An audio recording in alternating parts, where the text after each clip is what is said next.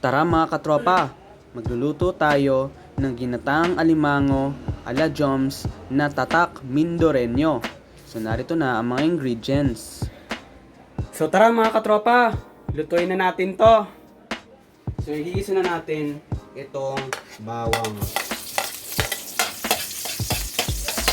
Susunod natin itong sibuyas. Next, ilalagay natin itong luya. So make sure na yung luya nyo is maliliit siya na siwa like this. Ayan. Sabay na natin itong kalabasa or pumpkin. Ayan.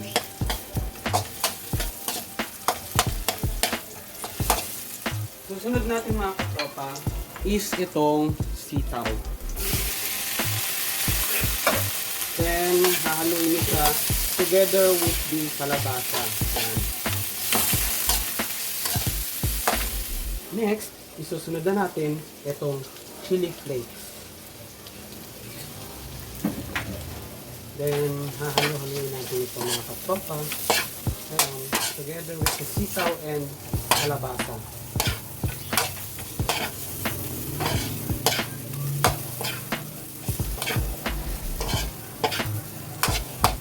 Ilalagay na natin itong ating gata. Pero unahin muna natin is yung pangalawang gata. So, kaunti lang naman. Ayan. Hahalo-haluin natin ito mga katropa. Ayan.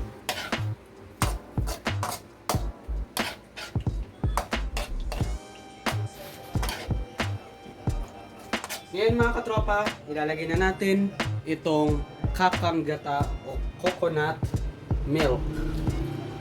So ilalata natin ito. Wow, ayan. And then, hahalo-haluin natin ito ng dahan-dahan o unti-unti.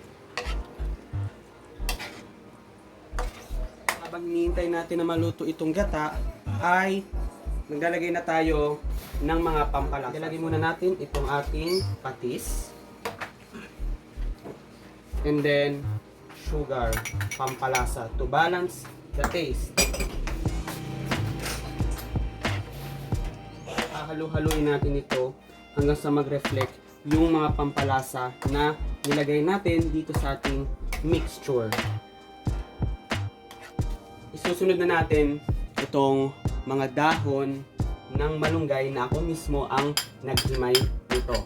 So, maglalagay lang tayo. Ayan. And then, itutuloy lang natin ito sa paghalo.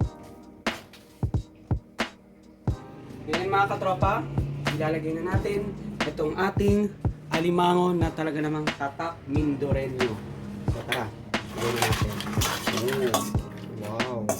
Ayan. And then, hahaluin natin ito para sa gayon ay mag-reflect yung lasa ng Mindoros alimango dito mismo sa ating mixture.